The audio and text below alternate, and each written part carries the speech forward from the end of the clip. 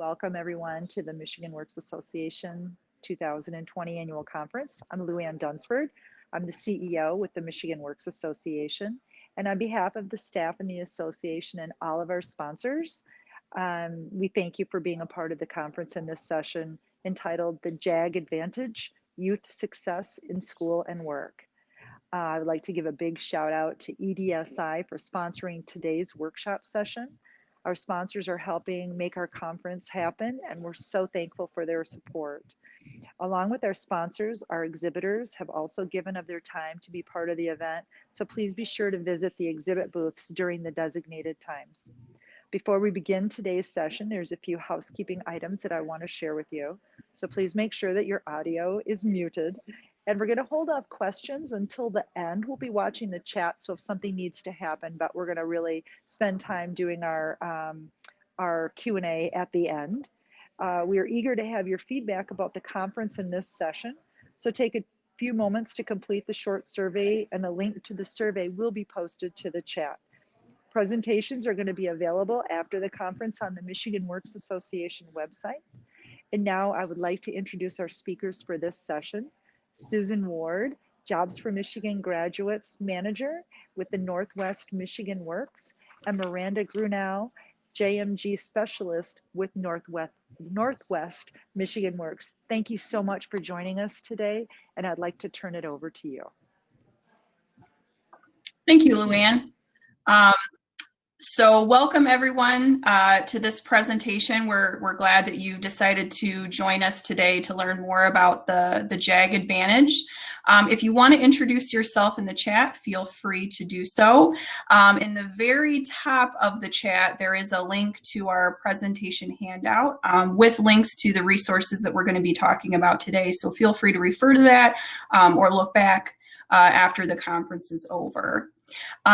So as we're speaking today, one more housekeeping item, we're going to refer to the participants in this program by many different names. So youth, students, kids, just to name a few, but what we define youth as anyone between the ages of 16 and 24. And everything we're going to be talking about, all of the components in the presentation today are applicable in any type of program, so both in and out of school. So over the next couple of slides, we'll tell you a little bit more about ourselves. So a little bit more about me. As Luann said, my name is Susan Ward. I'm the Jobs for Michigan's Graduates Manager here at Northwest Michigan Works. And a little bit about me, I'm married to my husband, Ethan. We love where we live. We actually moved from Indiana about 3 years ago because we love the area so much. So as you can see, we even love the winter. So there's a picture of us snowshoeing. I love to swim. I was a high school swimmer and I continue that. That's a friend and I. We did the swim for Grand Traverse Bay last year. We love to kayak and travel all over. Fortunately, COVID's put a damper on that. My professional background, I am a teacher by trade. I went to Purdue University, Boiler Up, and graduated from there. And then I went on to get my master's degree from Ball State in adult and community education. So my education background fits in really well with my current role because we do work directly in the schools. So I do use my education background every day in my job. And now I'm going to turn it over to Miranda to tell you a little bit more about herself. Hi, I'm Miranda Grunow. I am the JMG specialist at Cadillac High School and Cadillac Innovations High School. I enjoy my family a lot, traveling. I'm prior military, so I enjoy planes. Photography is a big hobby of mine. You can see in my pictures, I like to take pictures. I love horses. I love horse races. My son is probably the thing that takes up the most time, which is a great thing. He is 14. I was in the Air Force for 6 years. I love paddleboarding. I have 2 golden retrievers. A little bit more professional wise, I have a degree from Arizona State University, a bachelor's in criminal justice and family and adolescent studies. I'm originally from Michigan, and I moved back here 2 years ago. This is my second year as a JMG specialist at the two high schools. I'm a Nebraska fan, and this picture was actually taken at Purdue, which is Susan's school, but we didn't know that till later. So, And who won that game, Miranda? don't really want to talk about that, but it wasn't Nebraska.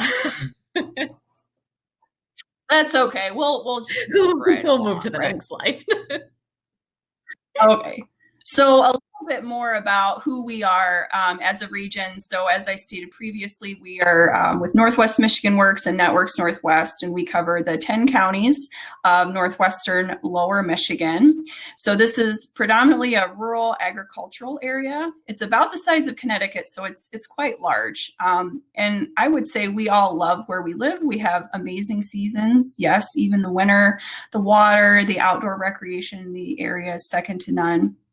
Some of the challenges we face along with that, though, is the transportation. It is such a wide area that's there's many waterways, bodies of water that can prevent ease of transportation, access to resources such as healthcare, jobs, etc., because it is so rural and vast.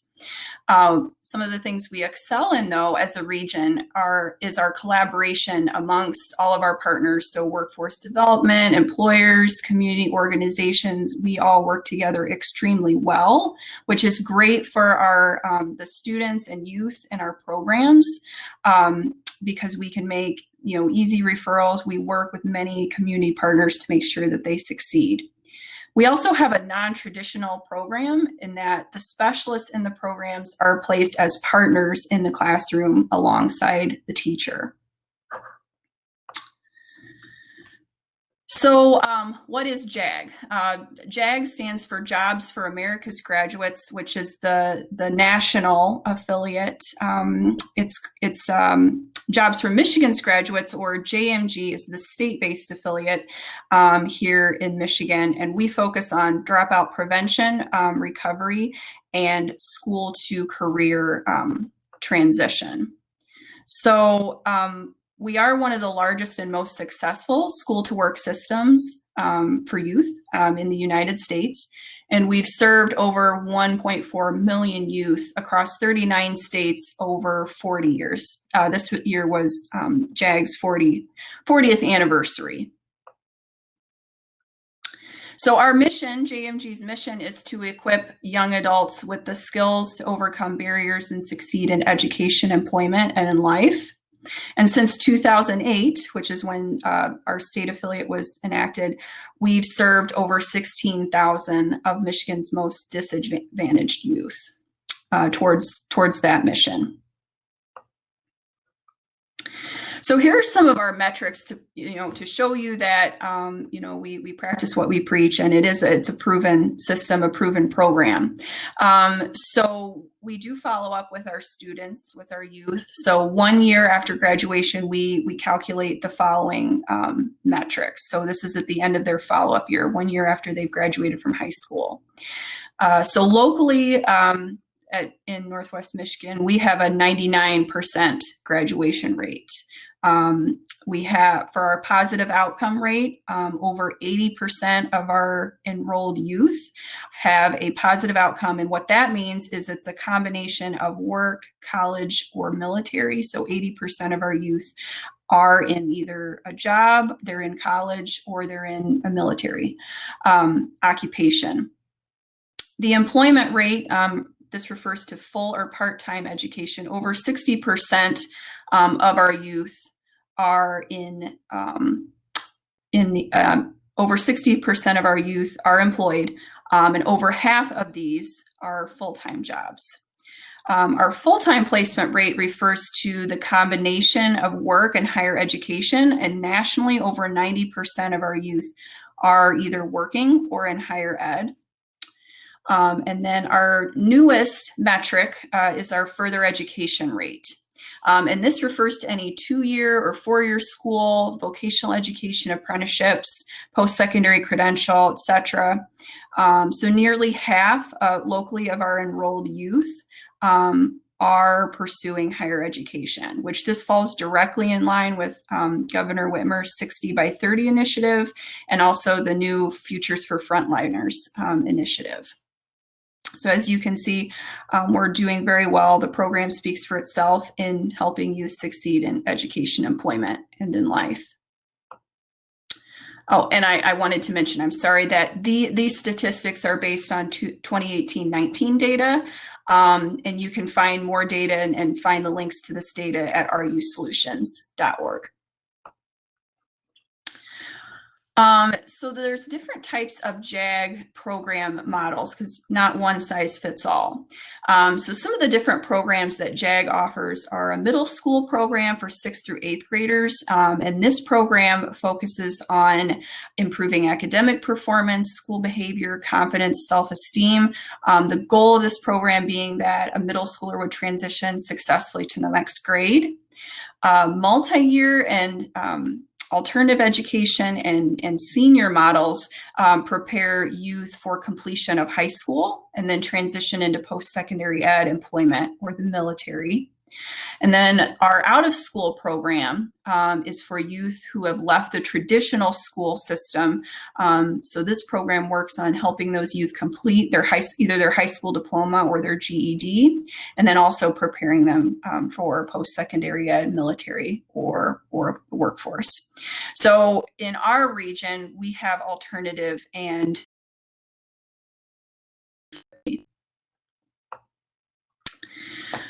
within each of these JAG models, we have different components that we cover in each of those models. So some of these include classroom instruction, competency-based curriculum. So these would be like standards. If you're a classroom teacher, we have competencies that focus on helping you succeed in education, employment, and life. And those competencies are what drive our classroom instruction.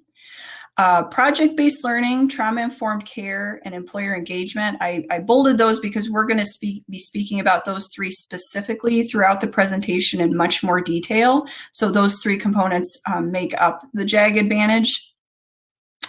Advice and support, our specialists are mentors to the youth and provide them with that support, not only throughout their school years, but also, like I said, after they graduate, there's 1 year of follow-up.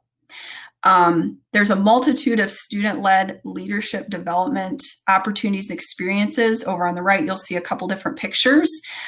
There's a legislative day, a leadership day, and then we have an initiation ceremony, which we'll be talking more about those later on. As I mentioned, there's 12 months of follow-up services for graduated seniors or those that have achieved their GED.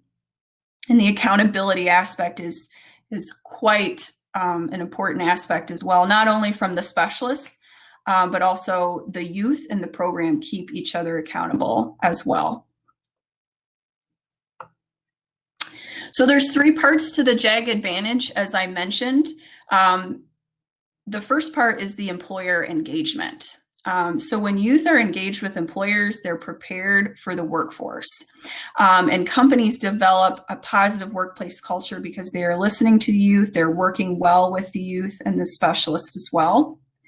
Project-based learning is an important aspect of the JAG Advantage because it builds that critical thinking and solutions-based thinking that employers need and that youth need to be successful post-high school or post-GED.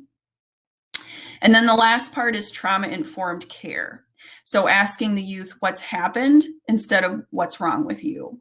So all of those three together make up the JAG Advantage, which gives our students or our youth the advantage over youth that do not have these three components encompassed in a program. So we'll be talking much more about these in detail, and I'm going to turn it over to Miranda for her to speak to each of those three components individually. Right. So trauma-informed care is really important in the program. Like Susan mentioned, it's a big section of it. It lets us create positive relationships and behaviors through active engagement with the youth. When they're at school, we want to create, or where, whatever the agency is or where we're meeting with them, we want to create a safe environment for them. That's That's a big part of building trust and mutual respect. So in the classroom, we would use this by getting a relationship established as soon as possible. Trauma survivors can often be re-traumatized by well-meaning caregivers and service providers. So it is important to be informed on this. Being trauma informed means recognizing that people often have different types of trauma. Not everyone is going to be the same. So being aware of this in the classroom can help stop farther trauma from occurring. Knowing your students and knowing maybe how they act on a daily basis, the youth will maybe, if they're talking out more or maybe more negative talk, and that's not usually their personality, there might be something going on. So that's where the, asking them what's happened instead of the what's wrong can really come into play. Make them feel comfortable. You don't want them to feel like this isn't a place that they can share information or that you're not there to care. And if you've already established that relationship with them where they feel they're in a safe environment, they know they can talk to you, it's a lot easier for them to be able to open up and not create farther trauma. A lot of times trauma it affects people differently. Like we said, if it's left untreated, relationships can be affected.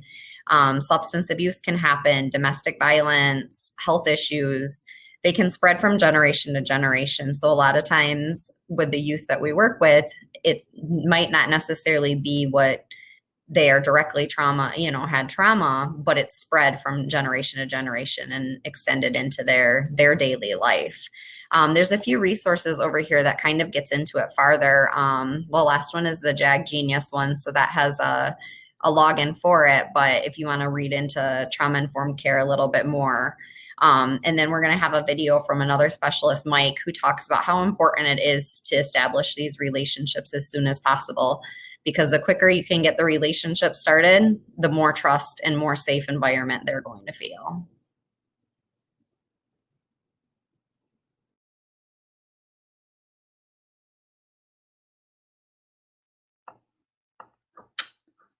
Okay, so yes, as Miranda mentioned, we are actually going to hear from all of the specialists in our program about a specific aspect of the JAG Advantage. So I asked all of them to put together a short video about a specific aspect. So as Miranda mentioned, this is Mike Vandermis. He is the JMG specialist at Shahram ISD school district. And he's going to give us some insight on how to start building strong relationships with youth from the get-go. How's it going, everybody? My name is Mike Vandermus. I'm the Jobs for Michigan Graduate Specialist for Charlevoix Emmett County School Districts. I'm just going to talk a little bit about developing relationships with students and building that rapport early on in the school year. And just some of the tactics I use, and they might not be the same as what you use, but this is just kind of what helps me build relationships quickly and most successfully. So I think the first thing is just right off in my presentation of JMG, I talk about who I am and where I come from, and I try to show a little bit of vulnerability. So I always put my family in there, and I put my kids in there, and I bring something up like about I love, these are my kids, I love them, and that kind of shows that vulnerability, that I'm not just this guy, this teacher that has nothing else outside going on in my life. And I really try to make that a huge part of the beginning of that presentation, is opening up about my life outside of school. I don't want them to look at me like I'm just a teacher and that's all I am. I want them to look at me as a human being and as a person, and someone who's gone through some of the same things they're going through, and some of the same experiences that they've experienced, whether those be good or bad or happy or sad. But also not, at the same time, not expecting them to do the same thing back. I don't expect them to open up right away, and I'm not going to ask them to open up right away, and I'm not going to ask them personal questions right away that they might not be comfortable with. I'm a grown adult. I've been through a lot. I'm comfortable opening up right away. A lot of these kids are not secure with themselves and some of the things that they've gone through. And doing that can really set that relationship back before you even get a chance to build it. And now you're working from, square -1. The other thing is you create these common interests. So I try to what I talk about. So, sports is one of the things that I really love. And I try not to just talk about this sport and that sport and this sport and that sport. I try to vary it and give everyone a common interest of the things that I like. So I talk about sports. I talk about, I like doing this outside. I talk about family. I talk about, my motorcycle. I talk about coaching. I talk about, growing up with a ton of brothers, and just try to really give them a broad view of all the different things I like to do. And usually each student I feel like will grasp onto one of those things and make that connection and be like, oh, okay, he's kind of like me, he's like me in that way. So really finding those common interests. And, before opening up individually with them in conversation and ask them a ton about them, I try to listen to their conversation between themselves and other students and figure out what their interest is and figure out how we can connect, and then build off of that. If I go up to a kid and, if you go up to a kid and you stereotype him, and he's wearing work boots and he's got jeans on, and you start talking about dirt bikes and he has no interest in dirt bikes, right away he's going to be turned off and be like, I don't like dirt bikes. Like, why do you think I like dirt bikes? So I think listening to figure out what they like and that common interest, and then building that relationship right off that common interest, and continue to talk daily or every couple of days with each student, building that relationship until eventually they open up to you, and from there you're kind of hitting the road and you're rolling.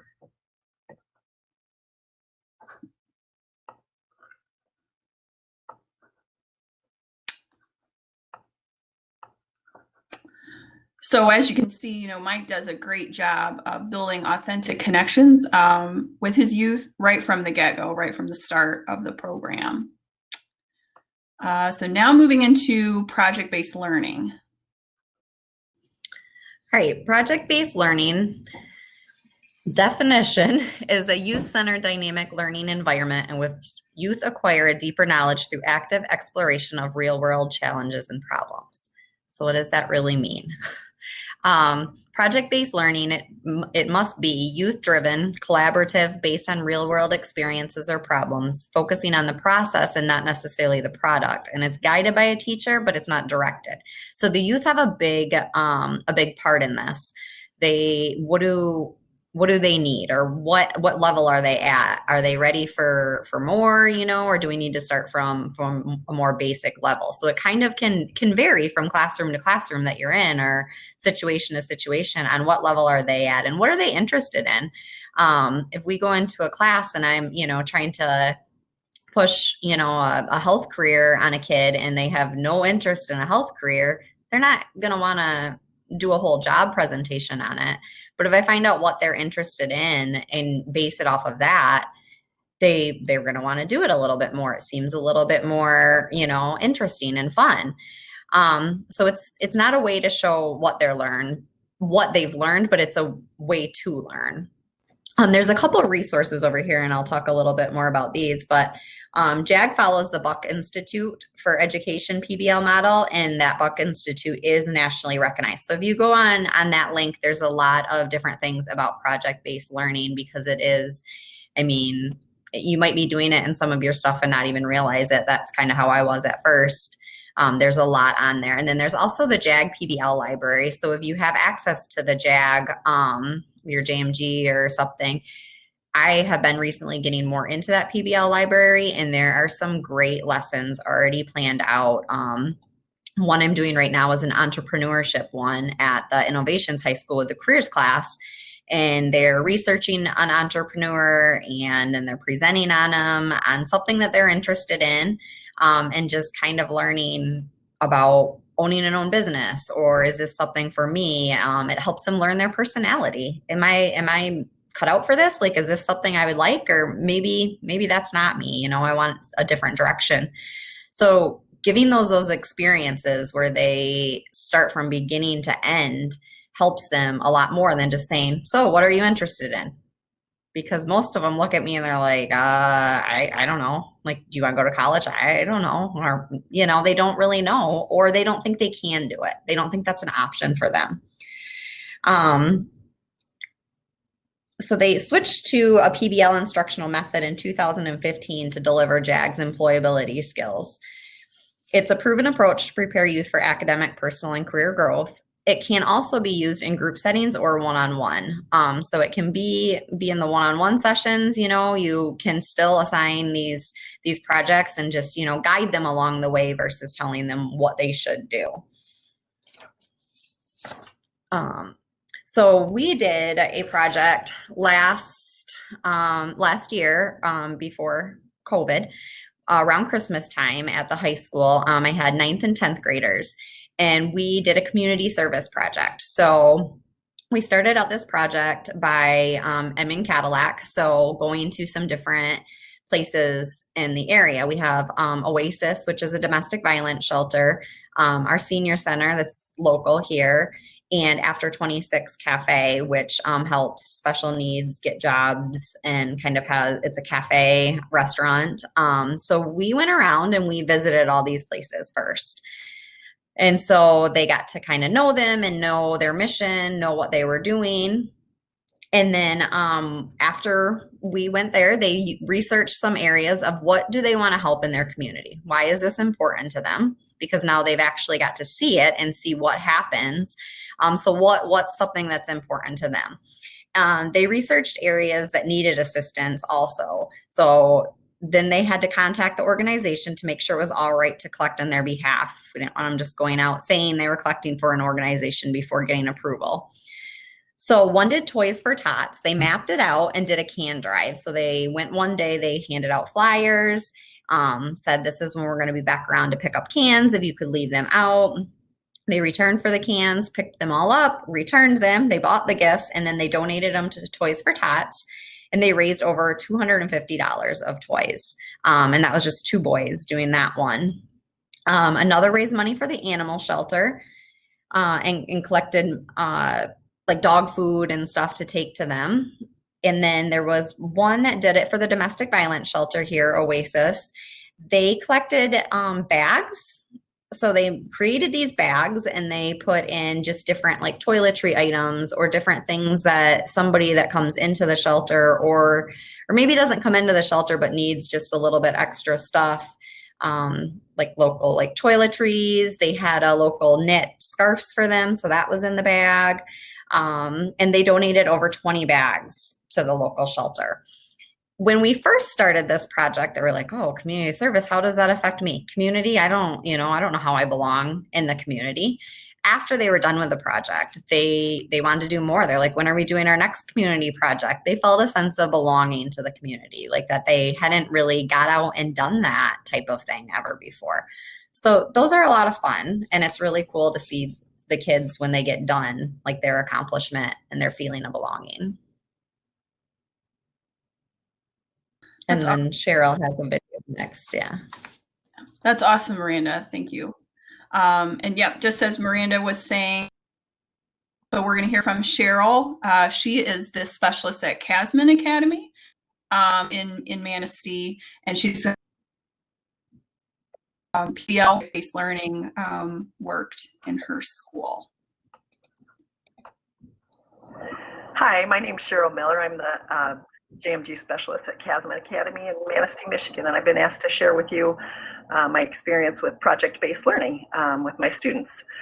So project-based learning basically is what it sounds like. The students learn something while working on a project. It could be a big project like a job fair that takes a few months to plan, or it could be a small project like a food drive for a local food pantry that could just take a few weeks. The project that we worked on was a video project. I introduced that to the students. We discussed different ideas on what to make the video about, from teen pregnancy or bullying. And what we landed on actually was a video about their school that showcased their school for a school function that was going to happen in just a couple of weeks, actually. So they took it and ran with it, and they got A footage, B footage, they did the music, they edited, different students had different responsibilities, and they worked that all out. That's the great thing about project-based learning, is that the students have a lot of voice and a lot of choice in that style of learning. And they really grab a hold of it, and what they learn by doing. They learn by working in a group, conflict resolution, how to make decisions, how to delegate. And so a lot of great experience. I think you're going to see the video after this. The one thing that we decided in the debrief that we would do differently is to give ourselves more time. 2 weeks was a little short. As you'll see from the video, there could have been some improvements, but it was a great experience and a great project. Thank you. Hope you enjoy the video.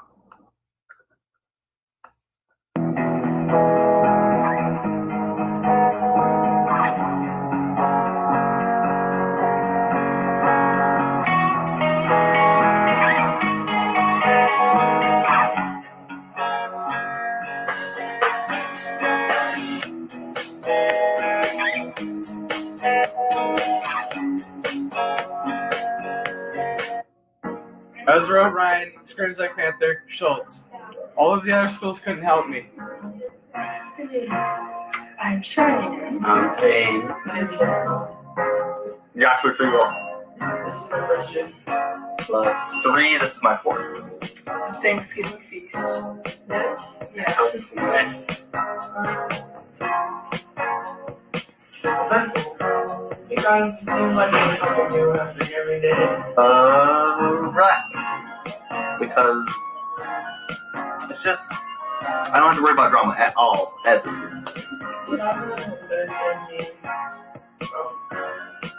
It seems like more of a positive environment. It's nicer people, great environment. One thing I learned from the people. Teachers actually care. And they actually care. Definitely. Because this place helps a lot more than any place.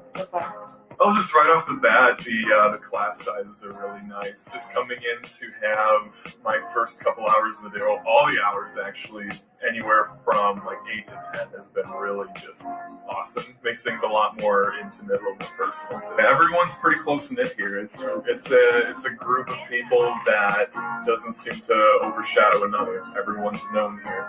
Heart. I think just the building, the school, the staff, everybody has a lot of heart.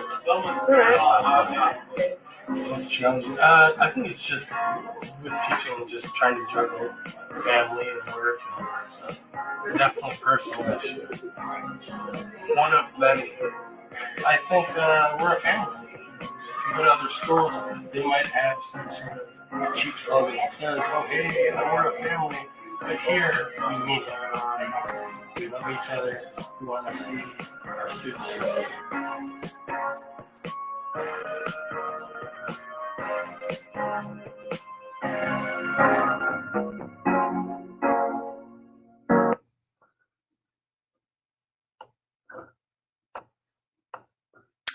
So as you can see, Cheryl did a great job giving her students, her youth, voice and choice, and the end product came out great. So the last piece of that JAG Advantage is the employer engagement. So here's an example, here's a chart of how you could put employer engagement to work in your program with your youth. The subject can be a little bit daunting. It can be daunting to cold call an employer and ask them to be involved in your program.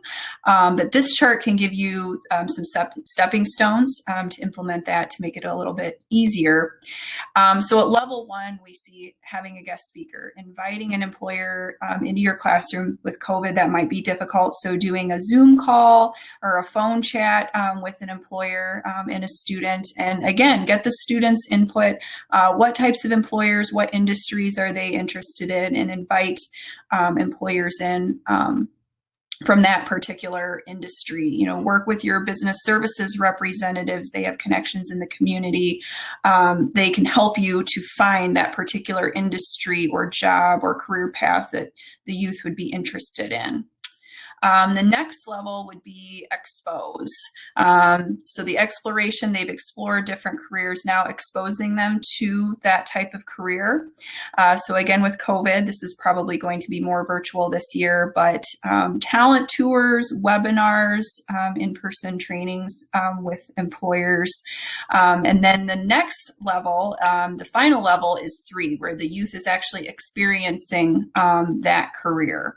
So this would be a job shadow, an internship, an apprenticeship, a work experience, a volunteer opportunity, etc., where the youth is actually in that career, getting their hands dirty, so to speak, so they can get a real feel for what the career would be like. So the goal of employer engagement, the goal of moving up these stepping stones, is that the youth or the participants secure certification, credential, continuing education, or employment in their career pathway.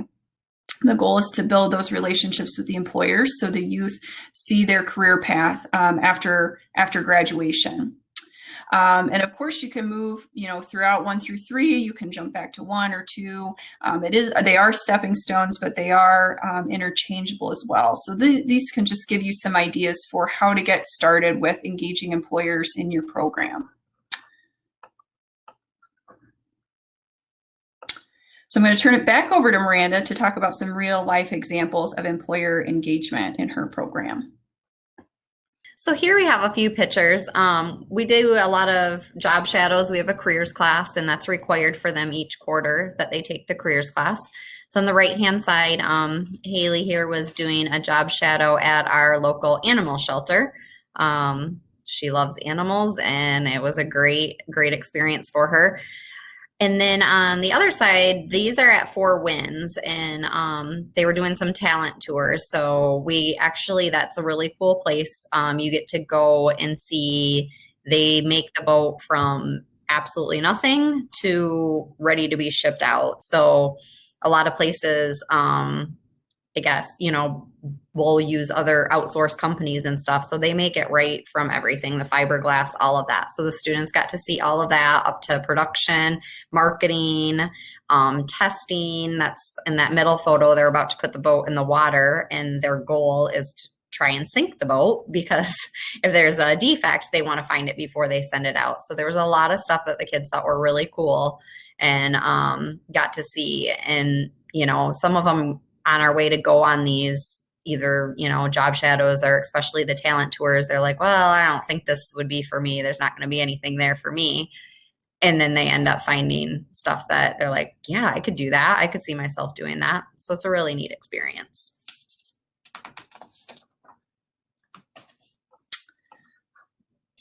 Okay, and then we have Leanne Bush. She is the JMG specialist at the Wexford Misaki Career Tech Center in Cadillac, and she is going to talk a little bit more about how she engages with employers, steps to take, so it makes the process seem a little bit less daunting.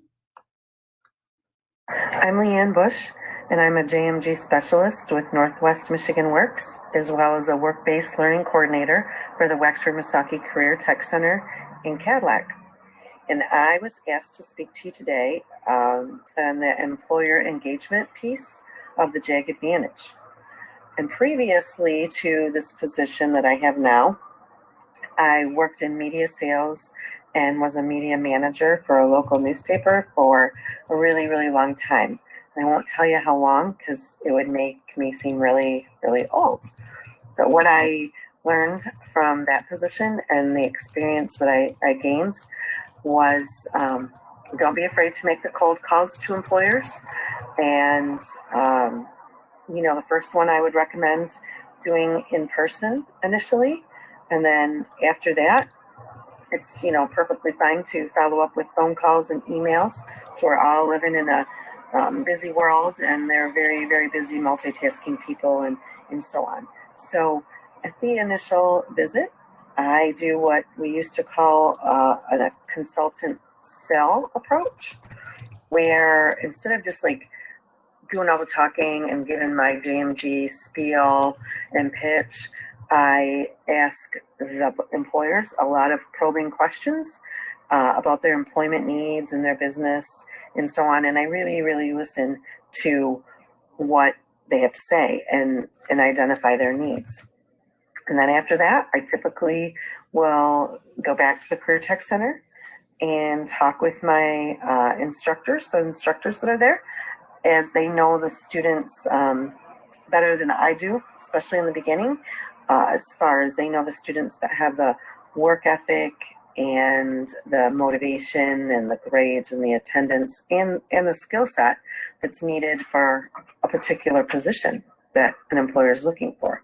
So I look for their recommendations. And after that, I'll, get back with the employer and go from there. And another best practice that I do is, this is a rural community, small town. People definitely know each other, and building relationships is fairly easy if you put yourself out there.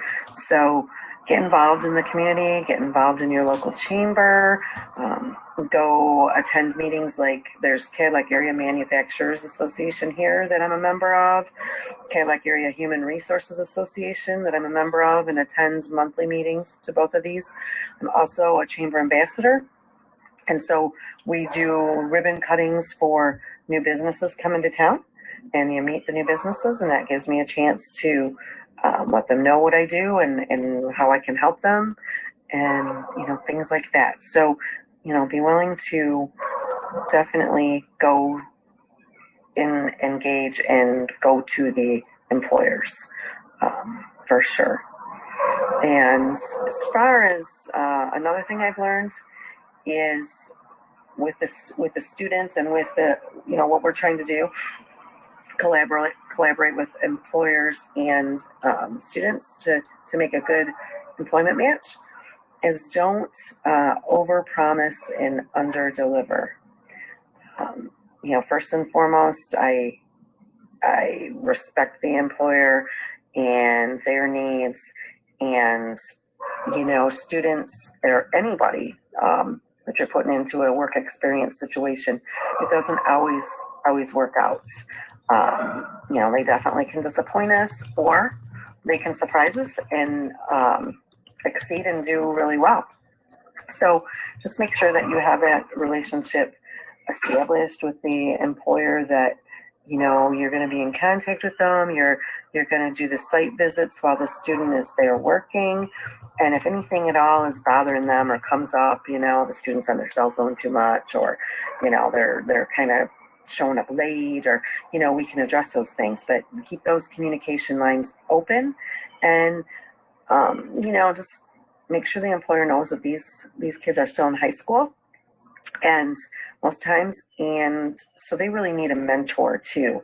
That's probably could be their first job, and so we're looking for employers that want to help mentor these students and train these students into the employees that they need and want to stay.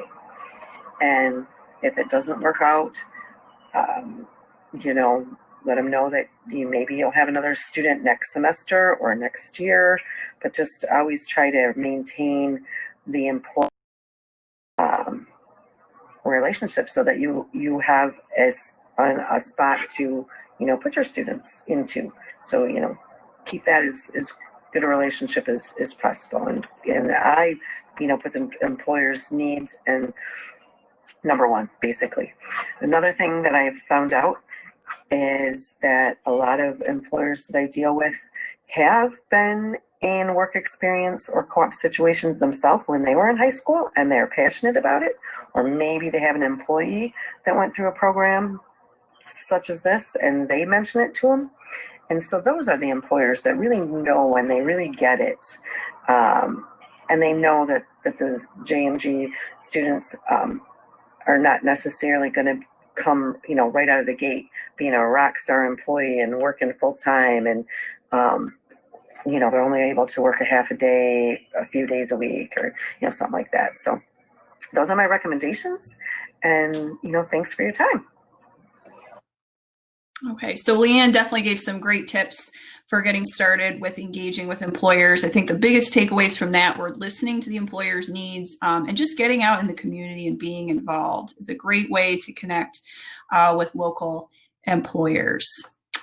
So tying it all together, Miranda is going to talk about some of these pictures here and how she ties all three parts of the JAG Advantage into her program. So there's a lot of pictures on here to try to show a lot of what we do actually in my experience in the school setting.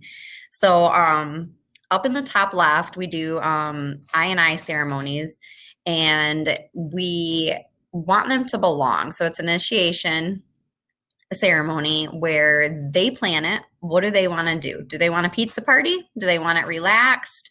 Do they want to do a presentation? It can go up to, we can do it in an auditorium, we can do it in a classroom.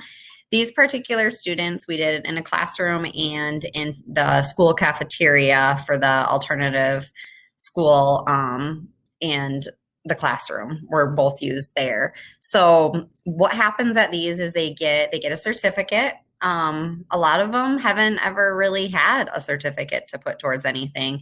It's something they can put in their resume that they're in this program. It's just a really good positive thing for them, and it gives them like a sense of feeling of belonging. Especially at Innovations, we don't have sports over there. Or really a lot of extracurricular things that they can be involved in.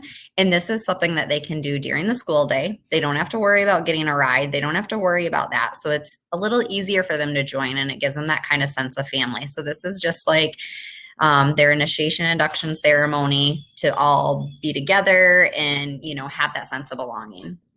If you go over to kind of the top right, when I was talking about the senior center, we would go over to the senior center, a couple things that we did over there. We did card making with them. So you'll see that at the bottom. And then the one at the top, we did, I think it was called like a Tabata class, and a elderly lady teaches it, and you do this dance. And so it was really cool to see the students do that, and to engage with the different generation, on that.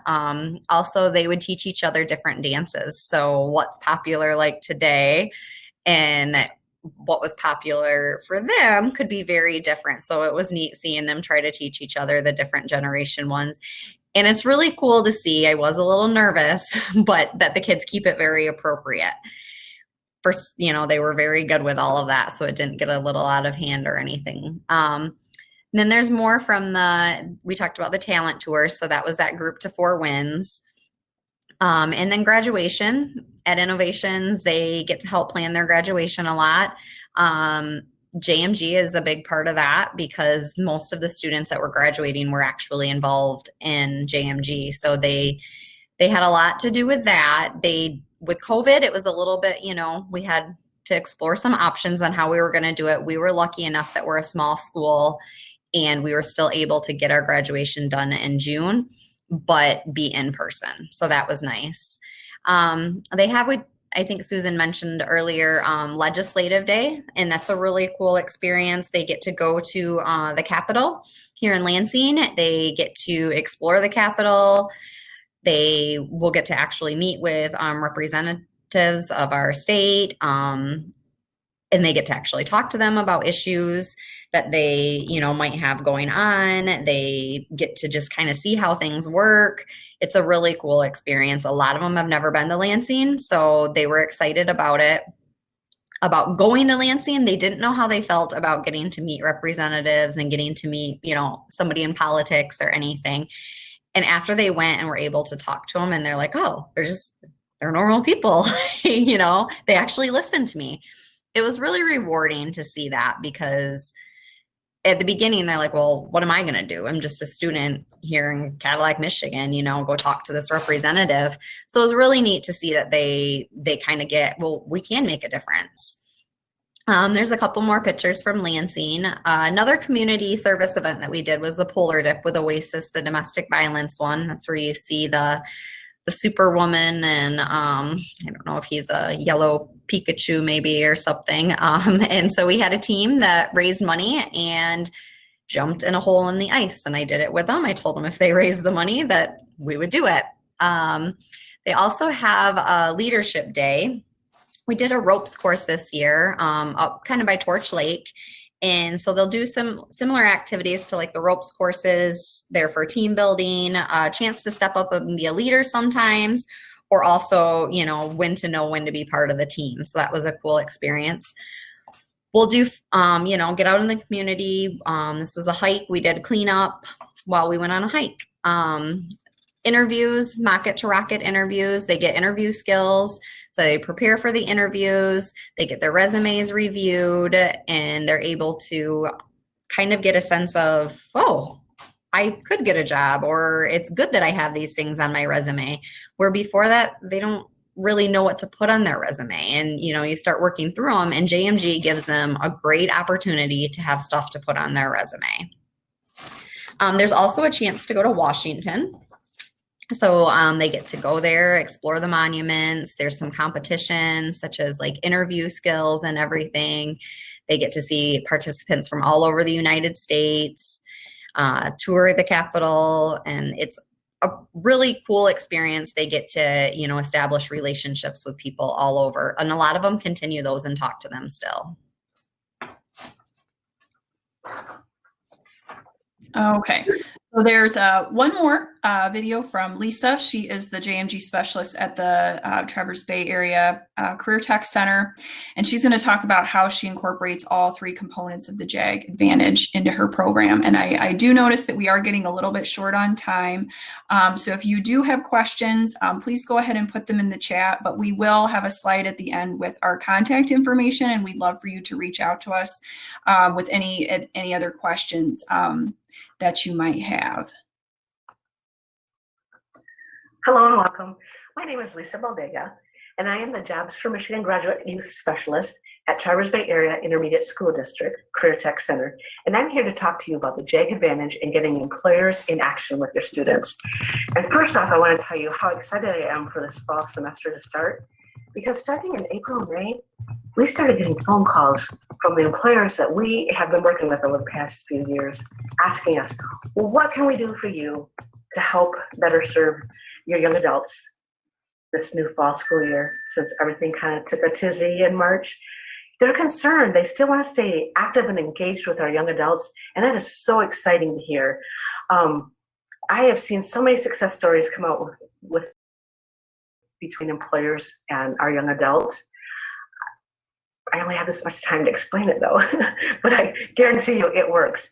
And so how that process usually starts is in the beginning of the year, I start making my phone calls, and I make 2 appointments when I talk to them. First appointment, I am asking the employer to come into the classroom as a guest speaker. And the second appointment is for a talent tour. You've heard my colleagues previously talk about the talent tours, and that's a field trip to their business. So the students can kind of get a feel of, and a visual and a sight and a taste and a smell of what it really looks like on the job. So before the employer gets to the classroom, I'm with the students, and we're coming up with questions to ask the employer when they come into the classroom. And what's really neat is that the seniors start saying, oh yeah, I remember when they came into our classroom last year, and this is what we learned, and this is kind of things that we experienced on the talent tour. And then the juniors are, asking more questions, and I'm taking notes because they're asking some really great stuff. And we can use that with the employers. But what is really neat is that I'm seeing those senior students mentoring already to their to the younger junior students. And that's what our employers are doing. They're mentoring. They're taking time out of their day because they are just excited and want our students to learn about what happens, that they're investing their time and giving our students on-the-job training opportunities or work experiences. So it's kind of a win-win situation for both, but it starts in the classroom. And then my second event that I schedule is the talent tour. And this is where we can bring students over. Well, or this year we're going to do a walkthrough on Zoom. We don't know yet, but what's really going to be neat is you're going to still have that rapport. You're going to see what it looks like. You're going to be able to ask those questions. And what really works well after our talent tour is if we can sit down with the employers for about 20 and 30 minutes and have maybe 3 or 4 other employees from that place of business in the conference room with us. And then the employer is going to, ask the young adults, so what did you learn new today about us? Do you have any questions? And then they start also talking about if they are hired in, the benefits that they give the young adults and what they expect in return. The being prompt and on time, good communication, and working well with others. So it's a great atmosphere for both of them to get to know the students, get to know the employer more, and the employer gets to know the students more. And like I said, everybody's going to have a little different taste. So we go through this at, 5 or 6 different employers during the year, and we usually have pretty good success at least placing a student or 2 in their businesses. That works out really well. So not only does that happen, I think that's where I see a lot of growth is from the classroom to the facility for the talent tour. But those random days when they'll just show up in our classroom with a box of donuts or a bag full of hats they're going to pass out to the young adults. And it's a good thing for the students to experience because they're finding out that those adults are really easy to talk to. They're easy to communicate with. You can ask questions. They never feel bad about asking too many questions, and that they start feeling comfortable. I mean, it's a scary world out there, and if they're not experiencing this and not getting the opportunity to do those mock interviews, which those employers help us do also, it's just how can a student just not grow from that? I've seen so many perfect opportunities. Like this summer, I've already been to one of our employers who have hired on staff 3 of our students already. So I was there taking pictures and getting excited about that. And they're, just very thankful that they had that opportunity and they found that was a good fit for them. So again, not only do our employers, they're guest speakers, they help us on talent tours, mock interviews, drop-in sessions, which are really a success when you catch them off guard. And they're also giving my students opportunities for on-the-job training or work experience opportunities. So I'm just very thankful. They are so willing to help us. It's kind of a relief for both myself as a staff person and a teacher that our employees are still hanging in there with us, even though this year might look a little different. So I've seen nothing but success from this program. I have proof that it works. So I hope I gave you some good tidbits, and thank you for joining us today. Thank you. So Lisa does a great job of advocating for student success. And we just have really quickly 2 success stories about 2 of our students that we'll share very briefly. And I will turn it back over to Miranda.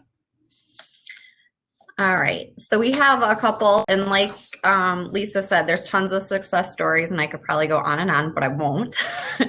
Sophie was one that when I talked about the legislative day, she really, really grew. She was very nervous to talk to even somebody at the school, let alone, Kurt Vanderwall, our state representative. So,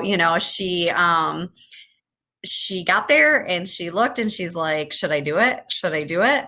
I'm like, you're prepared. Yes. And so she just came out of her shell and found confidence that she did not know she had. She's truly became a leader. She would start volunteering for stuff. She was one of the first ones. I mean, just from the different steps, the interviews, etc. Just a great, transformation. And then we have another one, Ruben. And Ruben, he's been at Innovations for a while. He has really shown resilience throughout his senior year, though. He has always put others first and has a hard time taking care of himself. So we really worked on this year that's a great quality to have, but he can't take care of others if he can't take care of himself. His grades went up. He started, just being able to, you see him smile a little more, a little less stress by, he's definitely a definition of grit. He is worried about his family. He takes care of them. He has a lot of barriers, dad in prison. He would come in and, be like, I need to talk to you. And I'm like, oh, okay, what's going on? And 9 out of 10 times, it was not about him. It was about somebody else. So even though he had his own issues going on, he was worried about other people. He really overcame the, getting to know himself and being able to take care of himself first. And it was awesome to watch him grow and succeed and get on track to graduate, because he was not that way at the beginning of the year. We didn't think he'd be able to. So it was a great success. So if you are not already familiar with the JMG program in your area, you can please refer to your handout for a map of all of the JMG programs throughout the state of Michigan. If you don't see a JMG program near where you are, please reach out to Sonia Blanzy, who's the Director of Operations for our state affiliate. She'd be happy to talk to you more about how you can get involved with JMG or where you can find a JMG program in your area. And so we've come to the end of our presentation. We appreciate you so much coming and listening. We appreciate all the great feedback we've gotten on the chat. If you have any further questions, we'd love to talk to you further. Email us or call us or text us. It doesn't really matter. We'd be happy to talk to you. So thank you. Thank you so much. Well, I would like to thank both of you. Thank you so much for first coming to our workshop. Thank you for presenting this information. It was very entertaining. I put it in the chat. Clearly, this is so much more than a job. The passion, the commitment, and the results and the lives that are changed through this program and through your efforts is just unbelievable. Thank you, and please keep up the work. So we're going to take a short break. We'll be back on our general session stage at 11:30, and we hope to see you all at another workshop later today. Thank you so much. Have a great day. Thanks. You too.